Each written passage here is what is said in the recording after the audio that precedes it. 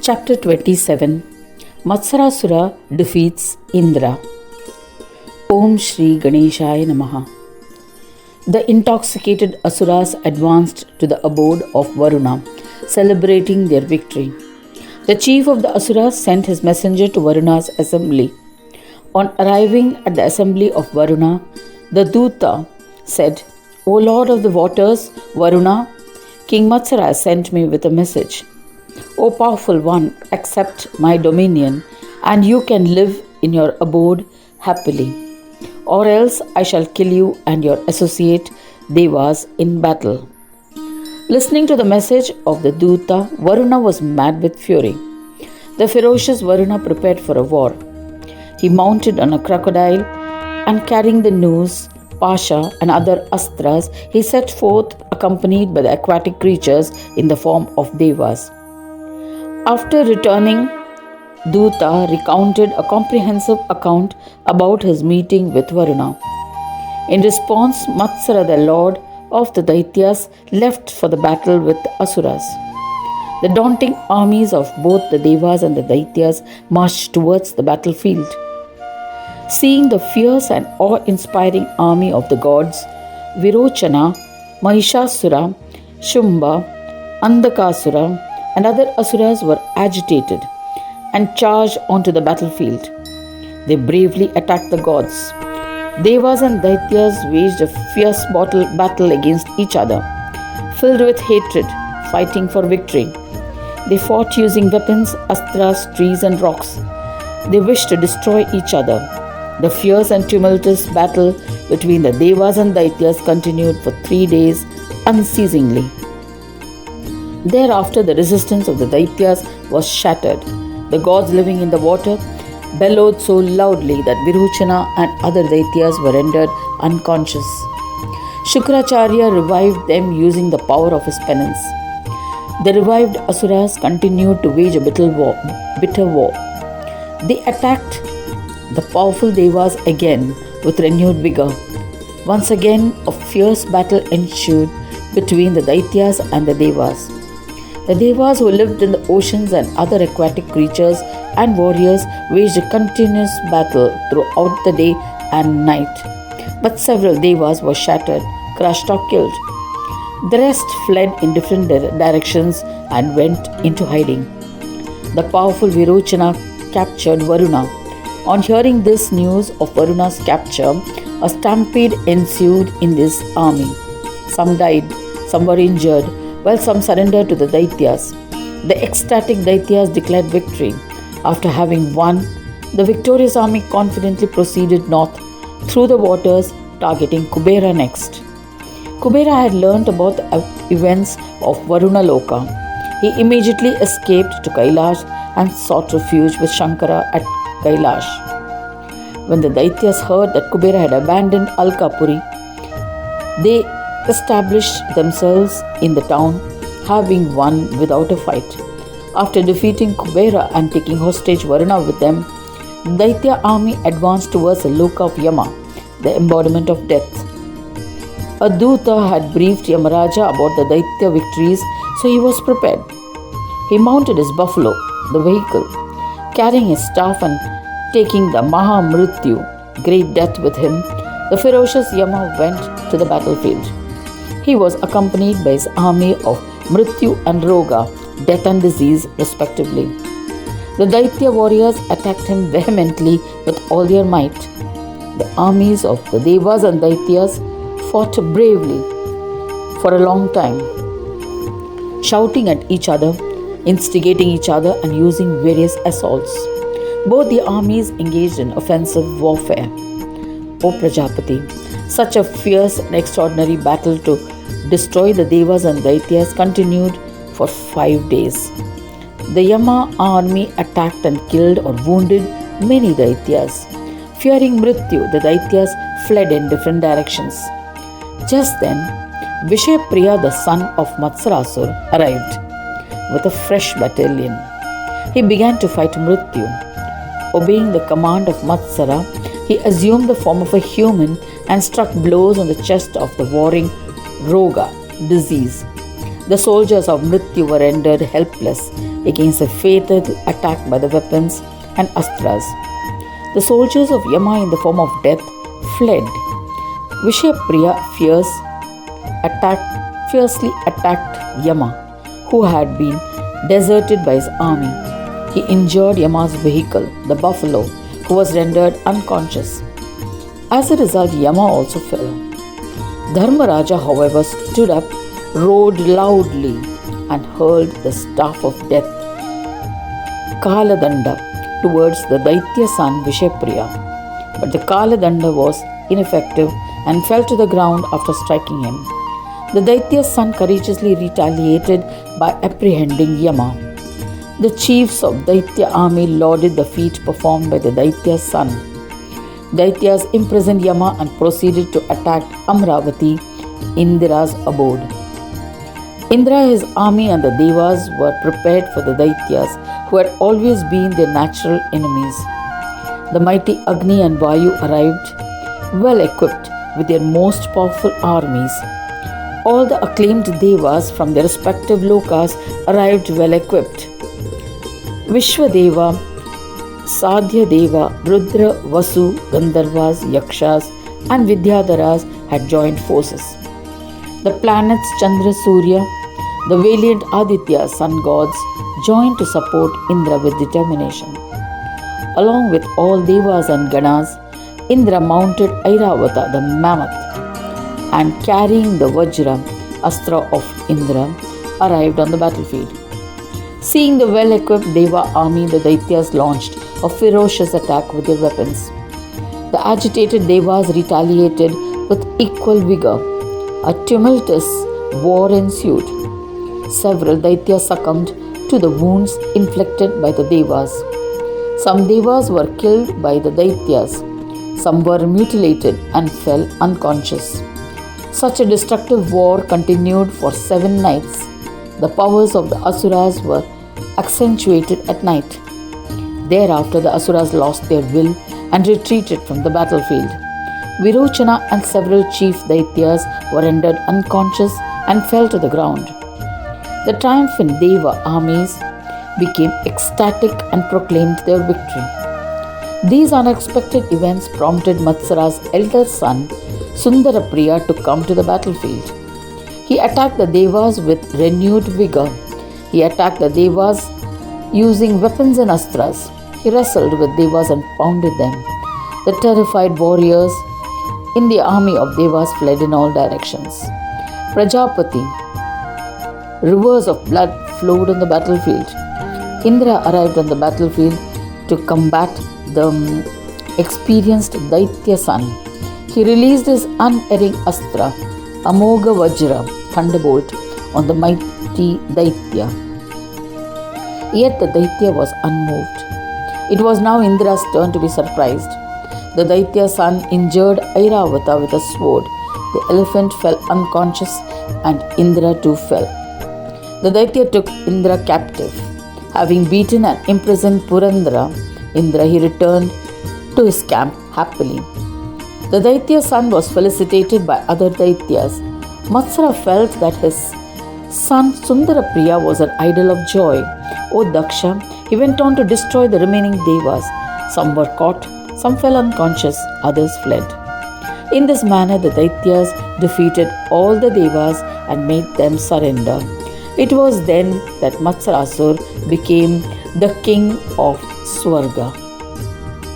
Thus ends the chapter 27 titled Matsarasura defeats Indra of the first Khand of the Purana Upanishad, Srimad Mudgal Puran, describing the legend of Vakratunda, dedicated to Sri Gajanana. End of chapter 27.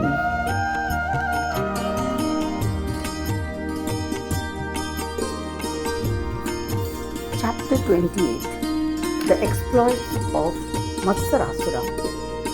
Om Shri Ganeshaya Namaha. Mudgalacharya continued the narration, saying that some devas sought refuge under Kashyapa and others.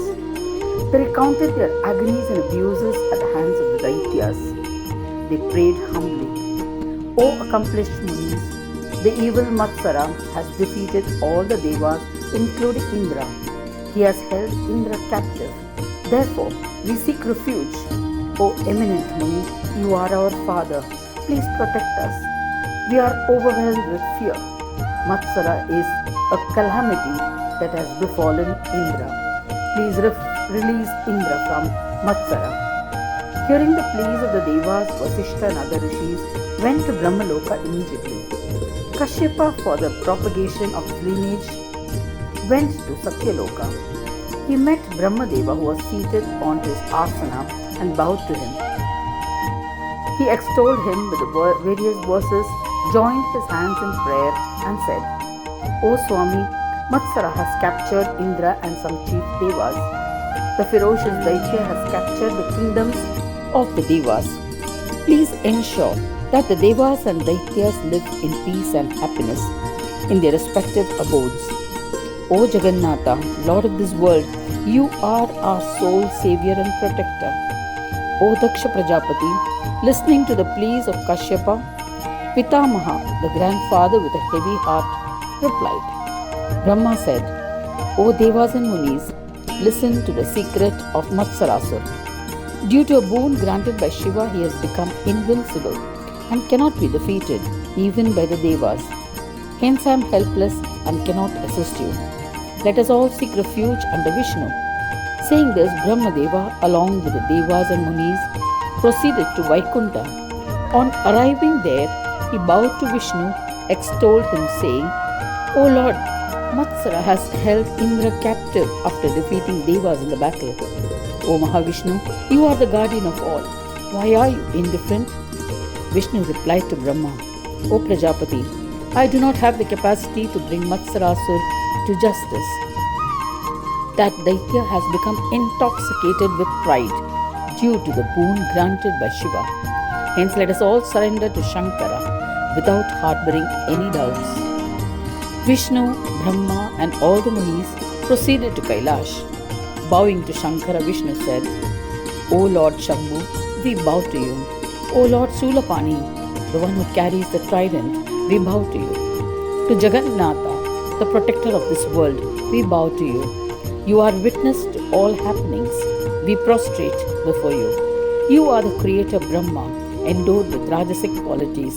You are also the preserver in the form of Vishnu. As the form of Rudra, you are the destroyer. We bow to you. To the five-faced one, Panchanana, O Yogi, to the bestower of yoga, to the one who is without attributes, Nirguna, to the one who is identified with the form of Brahma, we prostrate to you. O Mahadeva, Matsarasura has wreaked havoc. As a result, the rishis have become distressed. He has rooted the devas and has held Indra captive. Hence, terrified, we have all come to you for protection. O Lord of all gods, as you are the greatest protector of the devas, please protect us. Hearing the words of the helpless Vishnu, Shiva, who was the Lord of devas, was worried. He said to Vishnu and other devas and munis, pleased with his rigorous penance, I had granted that Daitya the boon. Granting such a rare and unattainable boon, I have nurtured his ambitions. I am also helpless. The destruction of the Daityas is impossible even for me. Therefore, O Devesha, as you are wise, please suggest another remedy. Hearing these words of Shiva, Vishnu was extremely shaken and with a heavy heart said to Sureshwara, O Lord, you are the one who is doing, not karta and akarta, and doing in a different way, anyata karta. We have no doubt about your capabilities. If you speak in this contrary way, what should we do at such a time? O Lord Sadashiva, we shall stay at Kailash with you. We do not wish to be the slaves of the Daitya. How can we return to Vaikunta and other lokas, which we have abandoned? He must have surely captured them. He must have captured our kingdoms of Vaikunta and Satyaloka by now, and returned happily. But he will not come here to conquer Kailash because of his ardent devotion to you. Listening to Vishnu, Shiva sighed and sat speechless. O Daksha, listen to the legend of Matsara in the next chapter. Thus ends the 28th chapter titled The Exploits of Matsarasura of the first Khanda of Purana Upanishad, Srimad Mudgal Puran, describing the story of Vakratunda, dedicated to Sri Gajanana. End of chapter 28.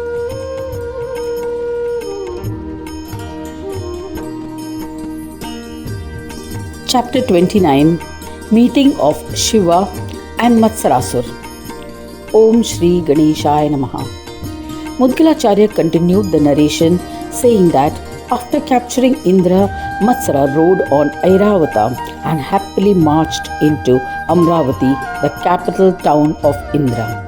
Accompanied by Virochana and other brave Daitya warriors, the illustrious Daitya appeared unique due to his prowess and influence. He sat on Indra's throne. Apsaras bowed to him in fear. Gandharvas, celestial bards, and others stood in awe. They served Matsara, endowed with immeasurable power as per their skills and with utmost sincerity. Matsarasur roamed in all the gardens of the Devas. He enjoyed heavenly pleasures.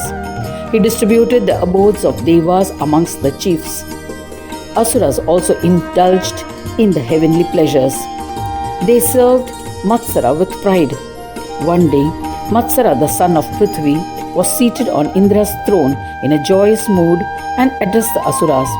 He said, O Virochana and other Asuras, listen. Why have Brahma and other Devas not attended my court? If the Devas are not willing to pay respects to me due to hatred, then I shall undoubtedly destroy their pride. There's no doubt about it.